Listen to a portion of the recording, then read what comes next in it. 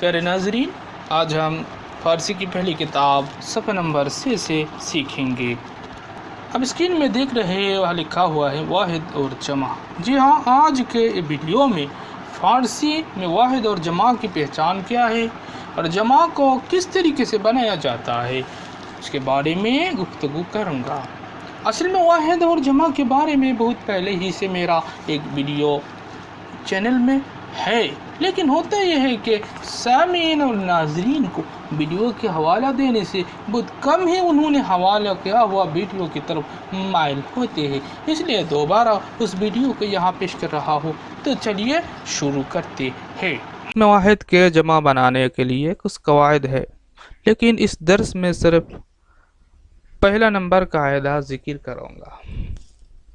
اگر اسم جاندار ہو اور اس کے آخر ہائے مختفی نہ ہو تو اس کے آخر میں آن بڑھا کر جمع بنائیں گے۔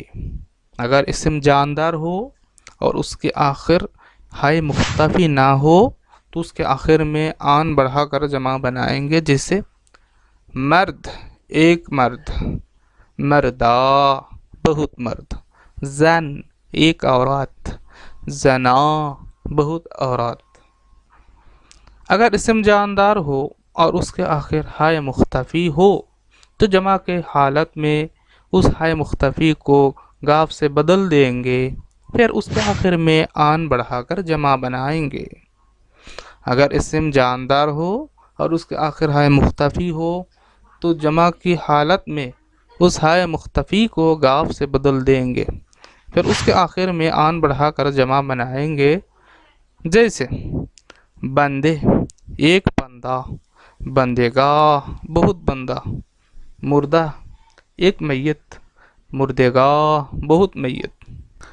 اگر اسم غیر جاندار ہو اور اس کے آخر ہائے مختفی نہ ہو تو اس کے آخر میں ہا اور الف بڑھا کر جمع بنائیں گے۔ اگر اسم غیر جاندار ہو اور اس کے آخر ہائے مختفی نہ ہو تو اس کے آخر میں ہا اور الف بڑھا کر جمع بنائیں گے، جیسے اسف اسف ایک گھوڑا، اسفہا اسفہا۔ فا پر سکین ہوگا، فا پر سکین ہوگا، تا پر بھی ساکن ہوگا، اسفہا بہت گھوڑا۔ درخت ایک درخت، درختھا بہت درخت۔ اگر اسم غیر جاندار ہو اور اس کے آخر ہائے مختفی ہو تو اس کے آخر سے اس ہائے مختفی کو حذف کر کے ہا اور الف بڑھا کر جمع بنائیں گے۔ اگر اسم غیر جاندار ہو اور اس کے آخر ہائے مختفی ہو تو اس کے آخر سے اس ہائے مختفی کو حذف کر کے ہا اور الف بڑھا کر جمع بنائیں گے، جیسے خامے خامے ایک رسالہ، خامہا بہت رسالے۔ جامع جامع ایک کرتا، جامہا بہت کرتے۔ اگر زیرو اسم کے آخر میں الف یا واو ہو تو یا بڑھا کر اس کی جمع بنائیں گے، جیسے دانا ایک عقل مند لوگ، دانایا بہت عقل مند لوگ۔ خوبرو خوبرو ایک خوبصورت لوگ، خوبرویا بہت خوبصورت لوگ۔ کتاب سے اور کچھ مثال لیجئے۔ فیسر فیسر اس کا معنی کیا ہے؟ لڑکا۔ فیسر اس کا معنی ہے لڑکا۔ اور فیسرا اس کا معنی ہے لڑکے لڑکے۔ جامع جامع جامع جامع اس کا معنی ہے کرتا۔ کیا معنی ہے؟ کرتا۔ اور جامہا اس کا معنی ہے کرتے، اس کا معنی ہے کرتے۔ کار اس کا معنی ہے کام، کار اس کا معنی کیا ہے؟ کام۔ اور کارہا اس کا معنی کیا ہے؟ اس کا معنی ہے کامو، اس کا معنی ہے کامو۔ دست دست دست اس کا معنی ہے ہاتھ، دست کا معنی ہے ہاتھ۔ دستھا یہ ہے جمع، اس کا معنی ہے ہاتھو ہاتھو۔ ٹھیک ہے جی۔ ایک اور مثال پیش کیا، چشم۔ چشم اس کا معنی ہے آنکھ، چشم اس کا معنی کیا ہے؟ آنکھ. اور چشمہ، چشمہ اس کا معنی کیا ہے؟ آنکھوں، آنکھوں. اسب، اسب اس کا معنی کیا ہے؟ اس کا معنی ہے گھوڑا. اسب کا معنی ہے گھوڑا. اور اسفہاں، اسفہاں اس کا معنی ہے گھوڑے، گھوڑے. بندے، بندے، بندے اس کا معنی ہے بندہ، بندے اس کا معنی ہے بندہ.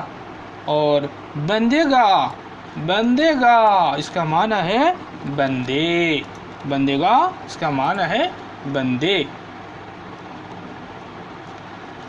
مردان خدا، مردان خدا، مردان خدا اس کا معنی کیا ہے؟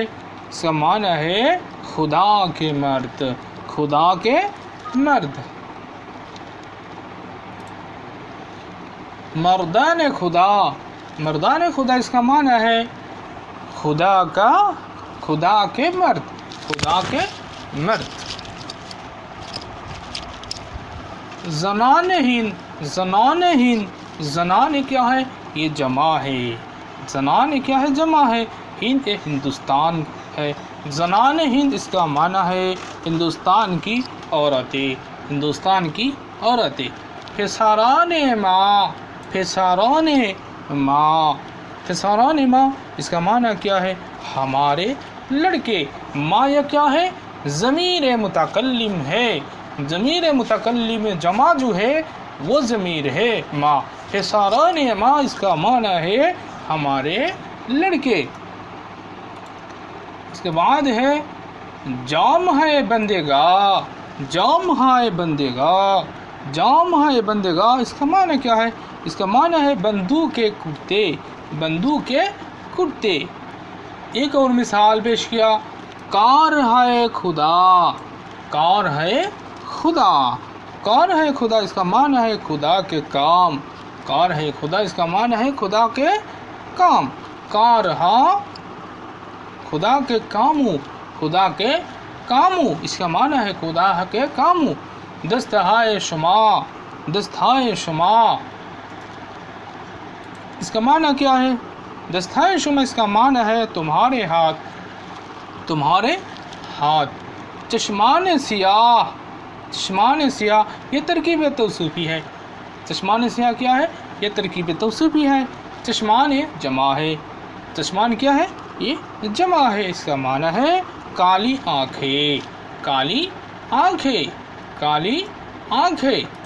ایک اور مثال پیش کیا، اسپہائے چابک، اسپہائے چابک یہ بھی ترکیب، یہ بھی ترکیب توصیفی ہے. اسپہائے چابک اس کا معنی ہے چالک گھوڑے، چالک گھوڑے. پیارے ناظرین آج کے لیے اتنا ہی کافی ہے.